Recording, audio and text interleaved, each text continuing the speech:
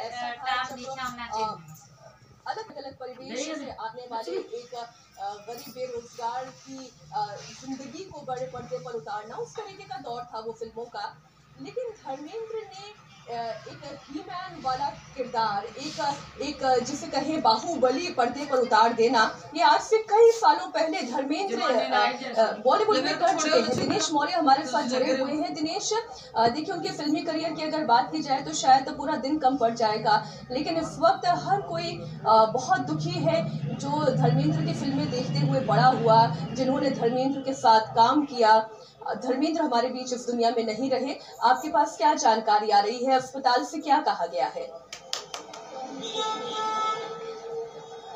देखिए, अस्पताल की तरफ से कोई आधिकारिक बयान नहीं दिया जा रहा। उनका कहना है कि परिवार की तरफ से इस बारे में आधिकारिक बयान दिया जाएगा, लेकिन जो हमारी सूत्र बता रहे हैं कि लंबे समय से उम्र की वजह से उनको लगातार कई तरह की शिकायत थी। एक हफ्ते पहले वो अस्पताल में भर्ती हुए थे और उन्हें सांस लेने में दिक्कत हो रही थी। वेंटिलेटर पर उन्हें रखा गया था और उनका दुखद निधन हो गया है। इस तरह की जानकारी जो है, जो उनका करीबी है उनकी तरफ से यह जानकारी सामने आ रही है। परिवार की तरफ से भी आधिकारिक तौर पर जो है बयान अब से कुछ देर बाद जारी कर दिया जाएगा।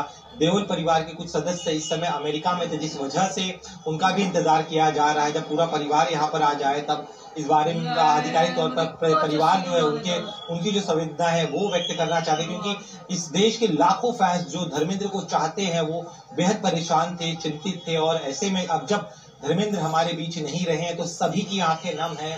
उनकी फिल्मों का जो ग्राफ है 1960 से लेके आज तक, इतने लंबे समय तक उन्होंने अपने अभिनय के जरिए, अपने व्यक्तित्व के जरिए जिस तरह से करोड़ों भारतीयों के दिलों को छुआ है, उनके मन को छुआ है, यही वजह है कि आज जब वो हमारे बीच नहीं तो हर कोई जो है गमगीन है। खास तौर पर उनके फिल्मों का अगर हम ग्राफ देखें तो फिर चाहे उनके ही-मैन वाला एक रूप हो, जिस तरह का आपने भी कहा कि बाहुबली उस जमाने के बाहुबली थे, लेकिन उसके अलावा जो चाहे फिर वो एक्शन हीरो हो, कॉमेडी की बात करें या फिर संवेदनशील भूमिकाएं हो, हर एक अभिनय के किरदार को उन्होंने बेहद करीब से न सिर्फ जिया है बल्कि दर्शकों के दिलों में जगह भी बनाई है।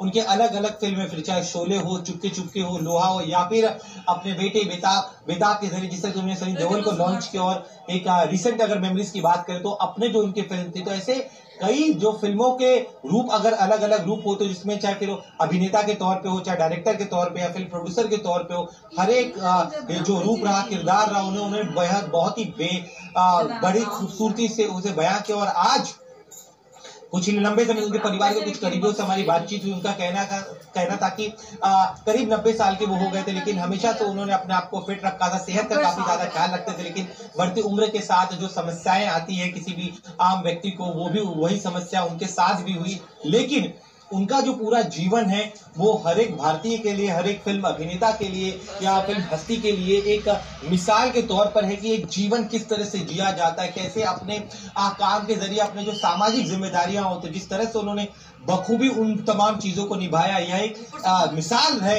और आने वाले कई वर्षों तक कई जो पीढ़ियां आएंगी उन सभी के लिए धर्मेंद्र जो है एक बड़ी मिसाल होंगी। एक और अहम चीज, न सिर्फ कोई बेहद अच्छे अभिनेता थे, बेहद अच्छे पिता थे, बल्कि इन सबके अलावा वो एक बेहद अच्छे इंसान थे। इतने बड़ा स्टारडम हासिल करने के बावजूद भी, इतनी बुलंदी हासिल करने के बावजूद भी, जिस तरह से वो डाउन टू अर्थ रहते थे, जिस तरह से अपने फैंस हो या फिर कोई आम व्यक्ति हो, जब भी कोई उनसे मिलने आता था तो जिस तरह से उनका बर्ताव उस व्यक्ति के तरफ होता था, उस व्यक्ति से साथ होता था, तो वो उनका जो व्यक्तित्व है, उनका जो स्वभाव है, वो लोगों के दिलों को छू लेता था। और यही वजह कि आज उनका छोड़कर जाना न सिर्फ फिल्म इंडस्ट्री के लिए एक बहुत बड़ी क्षति है बल्कि पूरे हिंदुस्तान के लिए एक बड़ी क्षति है, क्योंकि इतने बड़े अभिनय, न सिर्फ अभिनेता को हमने खोया बल्कि एक अच्छी शख्सियत को भी खोया जो अपने व्यक्तित्व के जरिए एक ऐसी मिसाल पेश करके जिसे आने वाली कई पीढ़ियां जो अपनाना चाहेंगी। बॉलीवुड में देखिए